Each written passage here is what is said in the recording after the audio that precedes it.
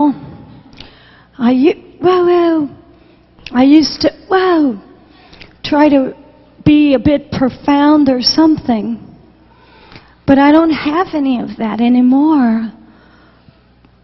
Well, not even a little. I'm very simple. I'm so simple that it's scary. I'm so simple that you might be frightened by me.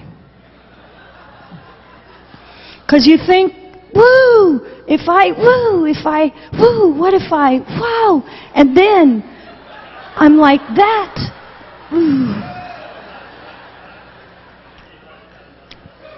Wow. I used to have a little grape and a tangerine. 17 years of ministry. I had my grape, bless God. And I had my little tangerine, bless God. But I was just so thirsty and so hungry, I couldn't stand it.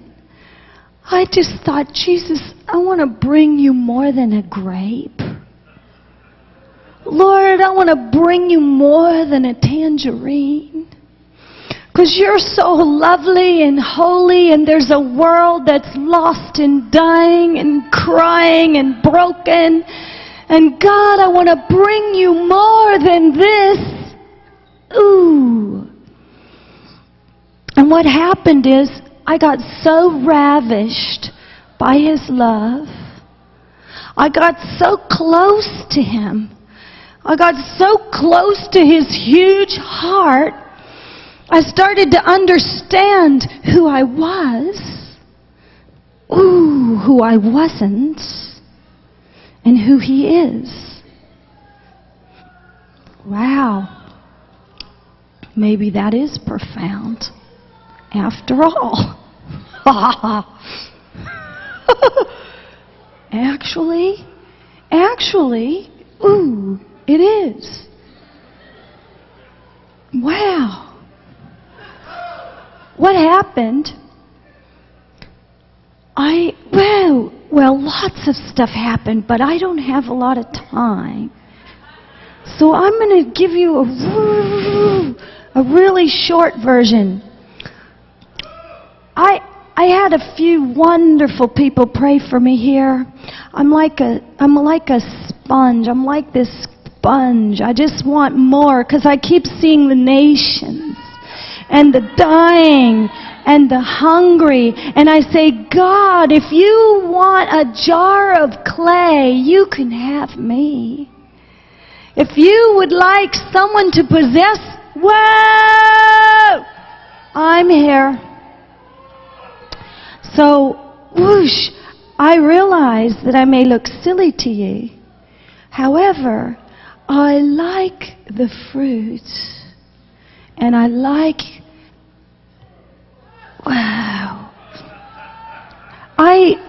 am so undone, you see. But He meets me. And, it's the most glorious place I've ever been.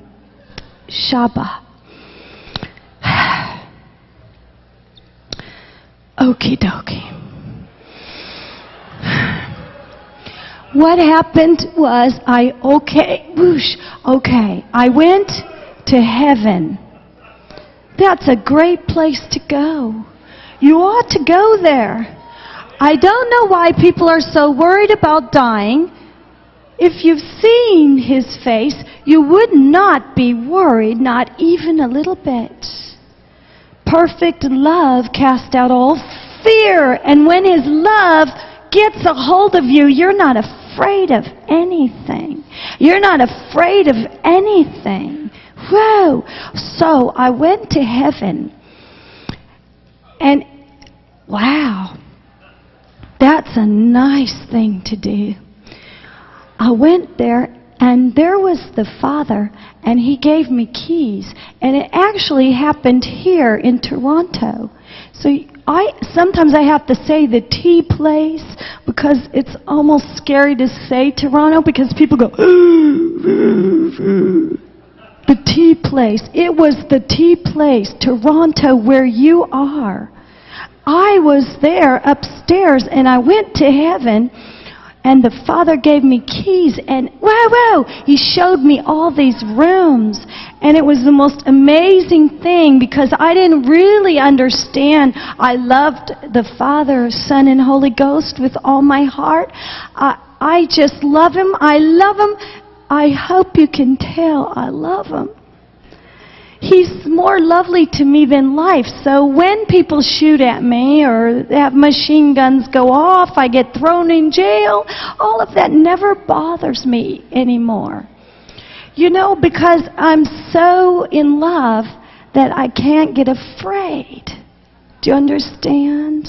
That kind of love. And I just believe God's looking for radical lovers here. Radical lovers that will turn the world upside down and carry His glory to the ends of the earth. And so, I don't know why you've come, but I came, to be ravished by Him again. I don't care what it looks like. I only want Him. So when He showed me all these keys, you see, some of you are going, oh please, get a grip. Whoosh. Would she get on with the message? I can hear it. See, I hear pretty well. Whoa! Anyway, I'm getting on with the message. Whoa! And you should listen because it's a good message. Whoa!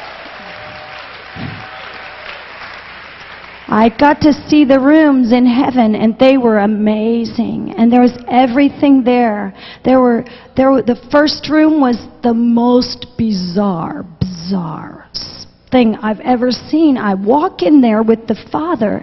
He tells me, you open the door. He gave me the keys. He said He prepared these rooms, and I didn't know what that meant till I went to heaven and I saw Him. And I went in, whoosh, and there was all these body parts.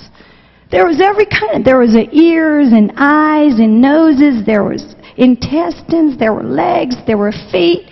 There were all these body parts. He said, oh, you can go in there any time. I said, I can?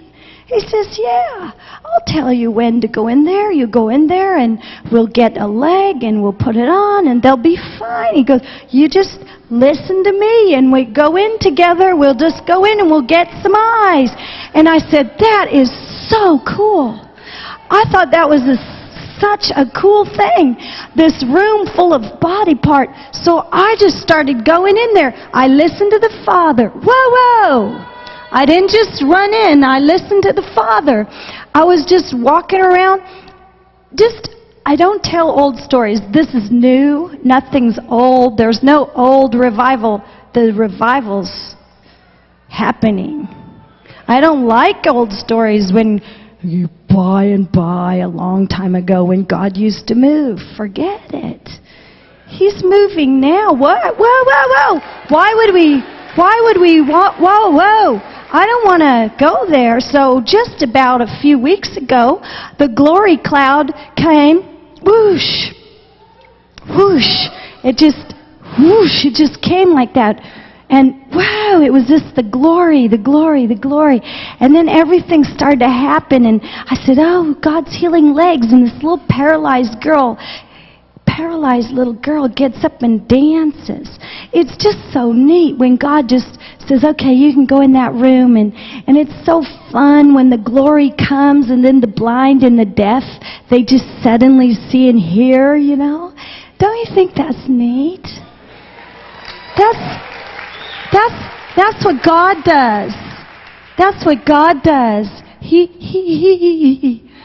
wants to give you keys so you can go in the rooms. And He gave me another key, and they were brass keys. I'm telling you, it was so awesome just up there upstairs. So watch out. Why have you come?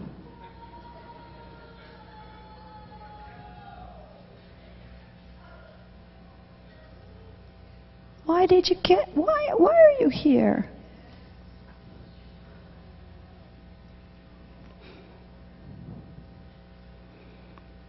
We need to know that. What do you want? What do you want? Well, I wanted to feed the nations. I wanted to feed the nations because I see dying people all over the place. Starvation, pain, misery. The first time I came in here, God showed me the multitudes and He gave me His body and it turned into bread for the poor. He gave me His blood and it turned into drink for thousands of children, and I've never stopped taking in children from that day. So what you see may look a little different, but what He does is glorious. He gave me keys to the warehouse.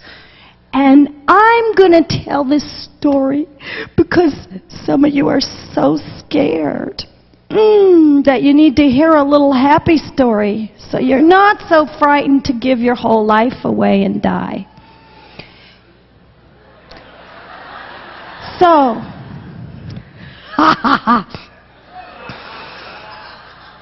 God is so good. But He does truly want to kill you. Whoosh!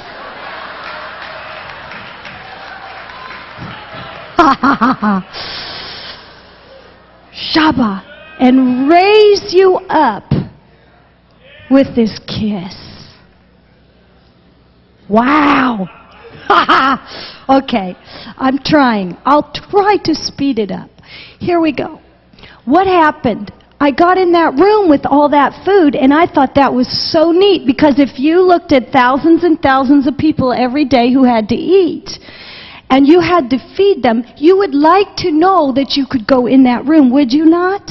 Hello, we need to go into the room we need to go into. So I needed to go in that room because I needed a whole lot of food. And I remember this really, really neat service. And it was, you just had a few people, like 500 people. And then God opened the deaf ears like that. And 6 people got healed of deaf ears. And they were hearing. So they were a bit happy about it. And they were so excited, they went out and told everybody, Jesus is here, Jesus is here, why don't you guys come? So that night, 10,000 people came. I thought that was pretty good fruit. I don't know about you, but I thought it was neat fruit. And then those 9,000 that weren't Christians, they all bowed their knee in the rain, in the dirt, and received Jesus. Hooray! Whoosh! Whoa! Wow, you see, God's just looking for little jars of clay. God's just looking for little jars of clay that He can pour His glory through. God's not looking for any snazzy, slick people. I don't have a snazzy, slick bone in my body. There's nothing slick or special about me. But I'm just a little jar of clay that's in love. And I know I'm His, and I know He's mine. So that night, the very first person was healed of deaf and dumb, just healed like that. Everybody was really happy about it. And then I said to God, these people are hungry. Now what? Now what? I said, Dad, I need some food. Because it says that we can trust in God, right? If we're lovers, then we trust. If we're intimate, we trust. If we are intimate lovers, we trust implicitly. We are so trusting that we're not afraid of anything. We just walk right in the room and we just say, yes, I need an eye. Yes, I need food for 20,000 people. Whoa! So I needed a lot of food, and I said, Dad, I need some food. And in 4 hours, a big jumbo plane lands with food right in the muddy place in the muddy place where it wasn't supposed to land, and the plane got stuck and it got pulled out by these people that were stuck there with bulldozers. It was so glorious. Everybody ate, everybody got saved, everybody got filled with the Holy Ghost, and the glory of God came, and the church exploded. Shabbat. Whoa! Whoa! So why did you come here? What do you want? I said, I want the nations. I started with one, and we just had a few churches, 2, and then I said, God, I want to go in the rooms. I want to go in the room. Do you know what happened? I started to realize I'm His daughter. I get to go anywhere in the house. I'm not a servant. I'm not a slave. I'm not hired hand. I'm a daughter. I get to just march right in there. Any time of day or night, I get to just march right in with the keys. I've got the keys. I get to go wherever I want to go. And it was just, it's fun, okay? I don't know if you can tell, but I like what I do. I love getting to see bread multiply. It's really fun when you do that. And there's hungry people and you pray over a bag of bread and you say, okay, we need to go in the food room, and suddenly there's double, triple, quad, 4 times. The bread. Did you hear that? Does that make you happy, or is that just kind of boring? I wonder, like, God, He just keeps multiplying food for us because we just go in that room. But, I know, I got to look at this. Okay. You know what? The best room is the intimate Holy of Holies. What happened to me was when I saw that room, I started living in there with Jesus. I started living in that holy, holy, holy place, and all heaven broke loose. I started living in there with Him. I started to be this little tiny child full of faith, full of simplicity, and I just live in that room, and I just started to see, whoa, what He's like. And do you know, I'm going to tell you, oh, why not? These are my pearls, okay? These are my pearls. You must know these are my pearls. And this is one of my favorite places on earth, and these are my pearls, and I'm throwing them out there. I was in Brazil about, I don't know, my life's a whirlwind, 2 weeks ago. And we had open heavens, okay? You know what that's like? You want to go there. You really want to go there. Woo! We can go there if you like. Whoa! We need to go there. Open heavens. We had open heavens, and the open heavens were there, and so everybody was getting healed and filled and saved and blasted like, I mean, they were flying everywhere. People were flying. They didn't have wings, but they were flying all over. Just, it was like a bomb exploded. And I was happy about it, because I live for that. Okay, I don't live to do another meeting. In fact, I don't like meetings or conferences. Okay. Just a little, I want His presence. I don't want anything else. So I don't really like to do anything else, because what's the point, in my opinion? I don't get it. Anyway, so I was really happy about the open heavens. It was the most glorious thing, because we were in the intimate place with Jesus and the Holy of Holies. We were in there, 3,000 people. We just went in together. You know, when the glory cloud comes, it's like when 3,000 people just came into the glory.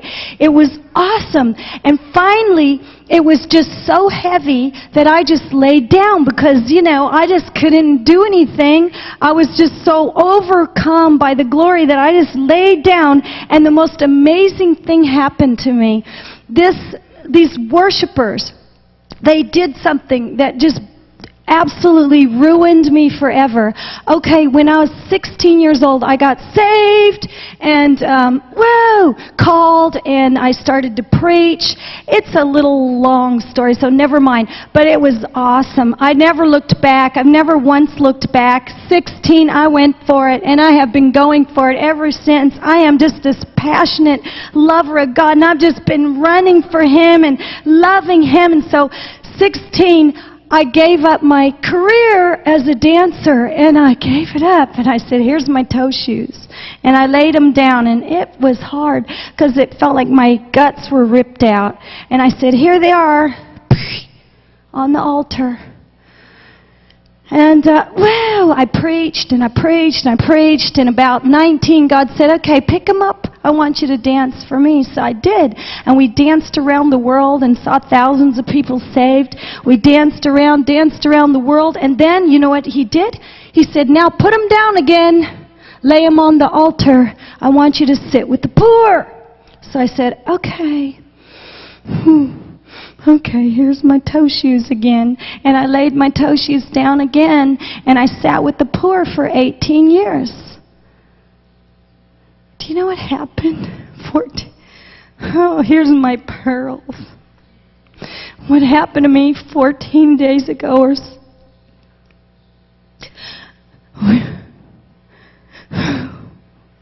This is what happens in the intimate place, in the glory.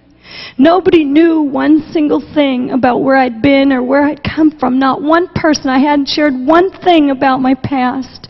I'm just this little missionary in Africa, you know.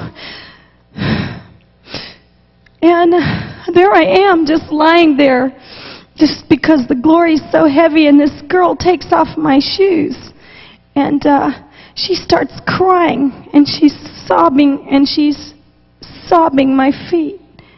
Tears running down my feet. And she takes her hair and she just wipes my feet with her hair, with this long, curly, beautiful hair. I can't see, but I can feel it. And she's there, and Jesus says, I'm washing your feet. You know, I don't know how to be complicated. My whole life is just, God, I want to love you, and I want to love my neighbor. I don't know anything else. I just want to love you. I want to love my neighbor. All I have done is just pick up every dying child I can find. And then God just brought His glory, and the thing exploded into a massive revival with thousands of churches in the short little time. But what He said to me was, thank you for stopping for me when I was dying under the bridge. He said, thank you for stopping for me when I was hungry. Thank you for stopping for me in the brothel. Ooh. Thank you for stopping and visiting me in prison, He said. I don't know about you, but I was undone. I was completely undone. I was so undone that I thought I was going to die. And then He said, here's my pearls. Please don't step on them. He said, you've touched my heart, my sister, my bride.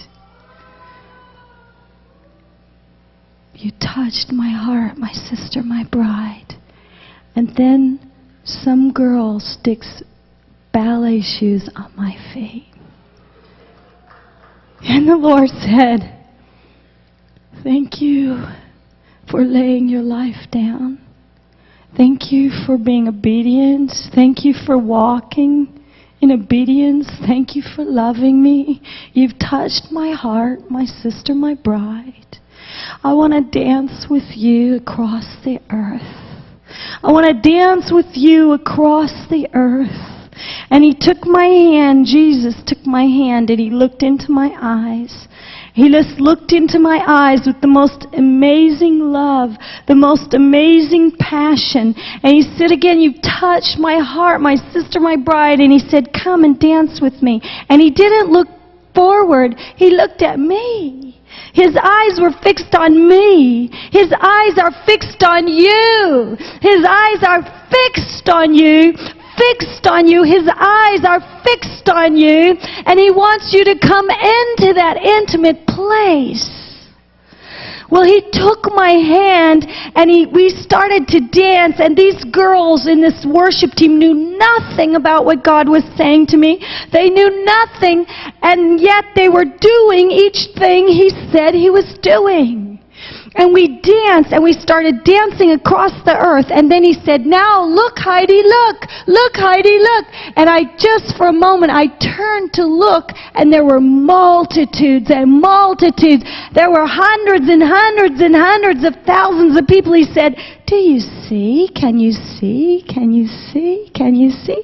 And we danced right into heaven. He said, "You've brought them into the kingdom. You've led them in the dance." Whoa! And 4.5 years ago, I was ready to work at Kmart. 4.5 years ago, I drug myself in here ready to work at Kmart because I was sick and tired of ministry. And now I've gotten to lead, so many thousands and tens of thousands to Jesus. I've gotten to feed the hungry and take in the orphans and the widows. I've gotten to see revival, and it's all about the intimate place of His heart. And it's so much fun, and it's so much fun, and I'm so happy.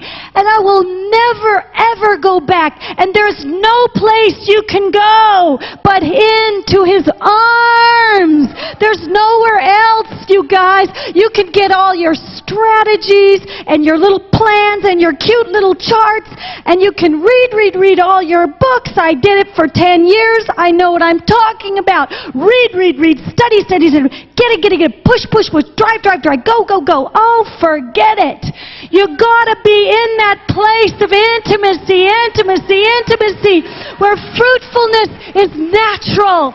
And nothing but Him will satisfy you. Why have you come? Every miracle I've ever dreamed of is happening.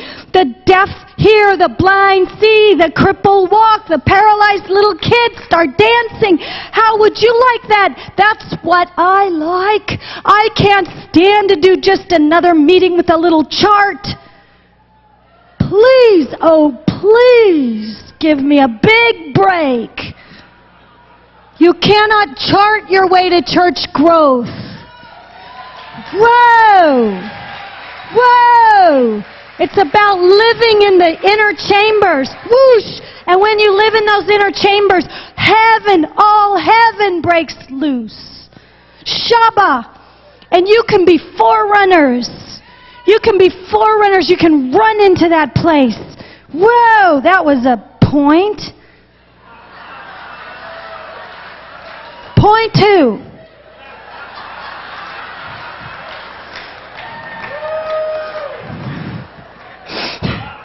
I'm the way, the truth, and the life. No one comes to the Father except through me. If you really knew me, you would know my Father as well. From now on, you do know Him, and you've seen Him. I've seen Him. I know Him. I'm His kid, and I like it. I like it. I love it. And then, verse 10. Whoa! Don't you believe that I'm in the Father and that the Father is in me? The words I say to you are not just my own. Rather, it is the Father living in me who is doing His work. Believe in me. Jesus says this again, believe in me. So many of you are Christians. You love God, but you don't really believe in Him. You are not exactly sure that God multiplies bread. You're not exactly sure that God actually causes paralyzed legs to walk. You're not exactly sure that you can live in the intimate chambers. And God wants you to know that He's alive and you can believe Him, and He is altogether trustworthy and altogether lovely, and you can believe Him and you can stand on His word, because this book is true and there's no lie in it. There's no lie in it. There's no lie in it. Do you understand? But without intimacy, you cannot understand this book. Wow. So when they say time to soak, you ought to just run and soak. Lie on the floor. What is this? Oh, I wonder if I'll fall. Who cares? Don't you think God wants you down? What is the point? I wonder if I'll fall, Oh, please. God's saying, come and be intimate with me. Come and lay yourself before me. Come and give me all that you are. Come and give me all that you will be. Come and lie in my presence. Come and live in the holy place. Come and there will be fruit like you never dreamed. And glory, I get to preach this because I get to live it. Shoo! I wouldn't have dared tried to preach this before. Woo! I do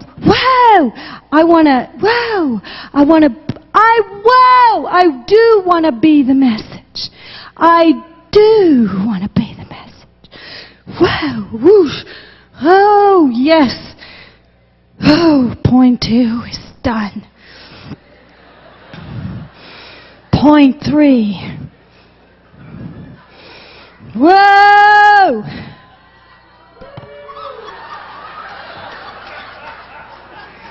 Shaba. Okie dokie. He says, the words I say are not just my own. It's the Father living in me. He's doing His work.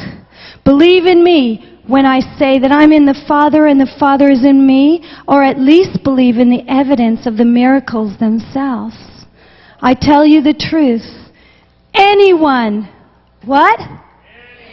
Hey! Anyone. Not the fancy schmancy ones. Anyone.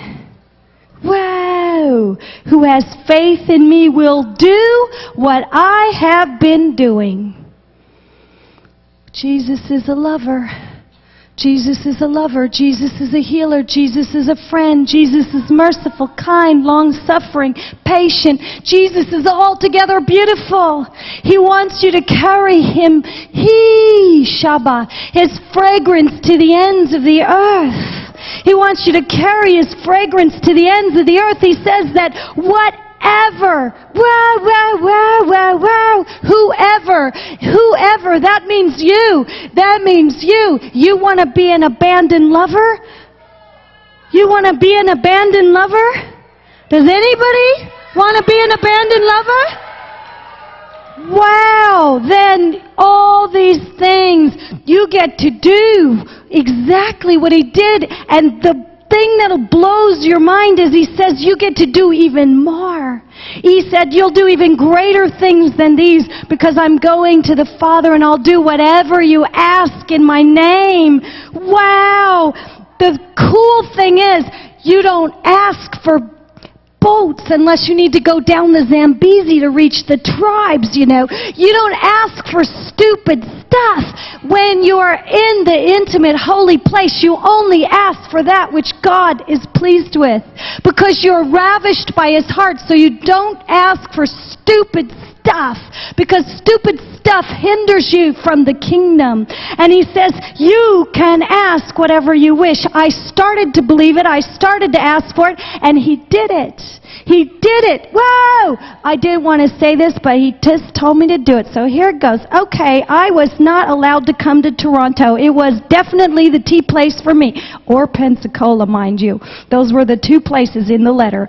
And they said, okay, we know you lost your center. And they were giving us $1 million. That's a lot of money, U.S. Okay, so we were there. And they said the only condition, because they found out we came here, they were not happy campers. They said, now the only condition, we will give you this $1 million. However, you cannot go to the T place or the P place. Whoosh. I said, okay, I'm going to sneak in. I'm going to sneak in as a theologian. Dr. Baker's gonna go hide in the back row. And I was hiding back there with Roland. And they had a super, super, super nutty drunk preaching. I mean, you think I'm nuts. Oh my, oh Lord have mercy. This guy, I said, nope, I'm not bending that far. I mean, I've already got hundreds of kids to feed. I need the $1 million, and this guy is a loony bird, and I don't get it. And I think, you know, they said we got touched because we came here with pure hearts, and God would touch us anywhere. So anyway.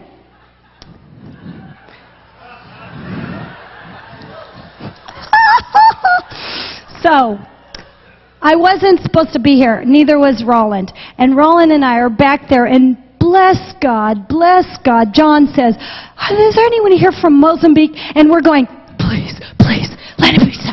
Please let somebody be here from Mozambique. Not a soul. We're going. And Roland says to me, that guy's making sense to me.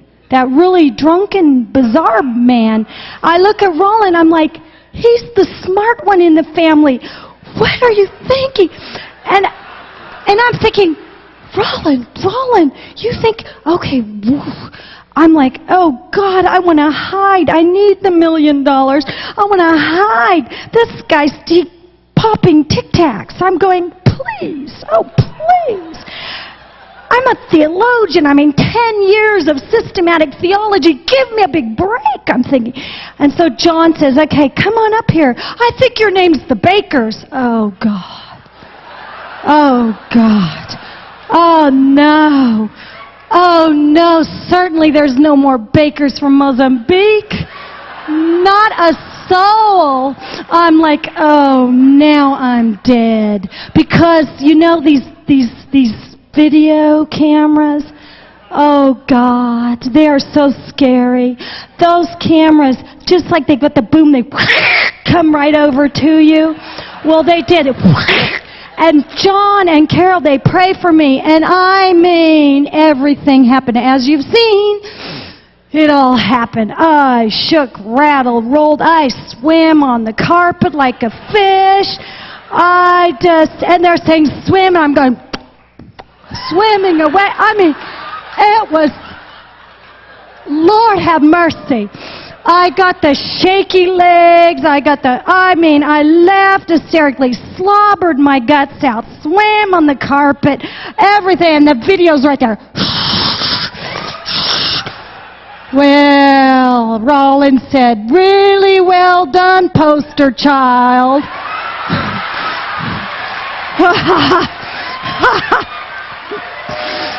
Oh, Lord have mercy. Well, oh yes, they did get the video. They'll probably get this one too. Anyway, it cost us $1 million US to walk in these doors. And do you know what I said? Hang it. When you're swimming on the floor, hang it. Shabba. Swim, swim, swim, swim. It could have been 10 million. I could care less. This is the most glorious thing. The intimate presence of God touching human flesh. Wow. Ooh. I do not care what it cost me. I do not care what it cost. Guess what? God fed the kids anyway. And 6 months later, the pastor of that church, who is a mighty, holy man of God, who I love very, very much, and I honor him with all my heart. That's why it was so hard. Okay? He's holy. He's beautiful. He loves God with all his heart. 6 months later, he calls us up. He says, I need to see you. We were doing Catch the Fire in that place. Again, oh, Lordy. Anyway, we went. Do you know he embraced Roland as his son? He embraced me. He says, I don't have $1 million. I don't. My church can't stand what's happening there. But he says, all that I have, I'm going to give you. He said, I just love the fact that you love the poor. He says, I don't get the tea placed or Toronto, I don't get it at all, but I love you. And you know what? I learned a lesson that day because Roland and I just said, we want to bless this man and bless his ministry.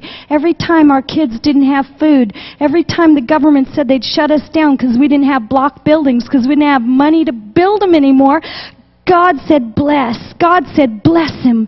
Bless him. Do not curse. Bless him. Do not curse. So we blessed him. We have whole blessing parties for him. We blessed him and blessed him and blessed him and blessed him till God took his collar and shook it and said, listen, give back what you promised. I saw a vision of it.